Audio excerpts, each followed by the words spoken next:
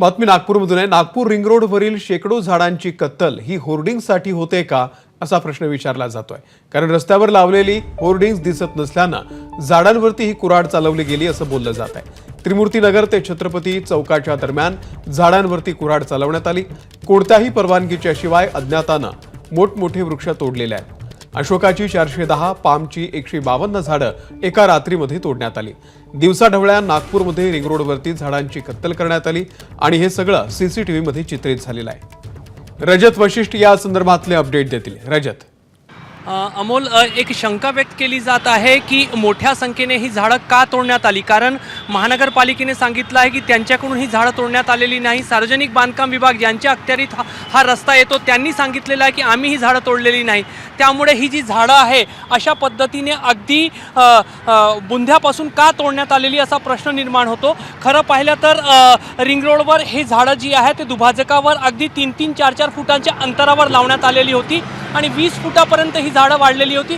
त्यामुळे वरती उंचावर जी आहे एक प्रकारची हिरव्या रंगाची भिंत जी आहे ती या ठिकाणी तयार झालेली होती आणि त्यामुळे जे इलेक्ट्रिकचा पोल तुम्ही या ठिकाणी पाहताय, या पोल्सवर जे काही फलक, जाहिरातीचे फलक असतील किंवा काही राजकीय पक्षांचे फलक असतील, ते लोकांना, जे वाहन चालक आहेत त्यांना दिसत नव्हते आणि त्यामुळे तो व्यावसायिक लाभ जो आहे तो या झाडांमुळे आपल्याला मिळत नाही आहे किंवा मिळू शकणारा लाभ आपल्याला मिळत नाही आहे। या दृष्टिकोनातून ही झाडं कापण्यात आली आहे का आणि त्यांची उंची जी आहे ती अशा पद्धतीने मर्यादित करण्यात आली आहे का असा प्रश्न व्यक्त केला जात आहे। अनेक लोक त्या संदर्भातला संशय व्यक्त करत आहे। आणि दुसरी एक अत्यंत महत्त्वाची बाब, माझे कॅमेरामॅन समोर तुम्हाला दाखवतील की हे अशोकाचे झाड कशा पद्धतीने होते।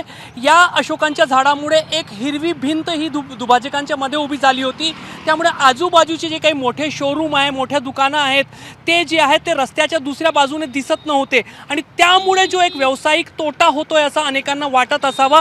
त्या दृष्टिकोनातून हे झाडं जे आहे एका कंत्राटदाराला निर्देश देऊन कापून घेण्यात आली आहेत का असा प्रश्न निर्माण झाला आहे। सार्वजनिक बांधकाम विभागाने या संदर्भातली रीतसर तक्रार जी आहे ती राणा प्रतापनगर पोलीस स्टेशनमध्ये नोंदवलेली आहे। पोलिसांनी काही संशयित जे आहेत त्यांना बोलावून चौकशी सुरू केलेली आहे आणि कोणता कंत्राटदार होता ज्यांनी ही झाडं कापून घेतली आहे त्याचं नाव पोलिसांना निश्चित झालेलं आहे। त्याचा शोध सध्या घेतला जात आहे आणि त्याला जेव्हा अटक होईल त्याच्यानंतरच काही व्यावसायिक लाभापायी हे त्या दृष्टिकोनातून हे जे हिरवे झाड आहे ते तोडण्यात आलेले आहेत का याचा उलगडा जो आहे तो होऊ शकणार आहे। मात्र सध्या तरी अनेक लोक शंका व्यक्त करत आहे की होर्डिंग्स दिसत नाही, फलक दिसत नाही, म्हणून ह्या झाडांची उंची जी आहे ती मर्यादित करण्यात आल्याचं बोललं जात आहे। अमोल, धन्यवाद रजत दिलेल्या या संपूर्ण माहितीबद्दल।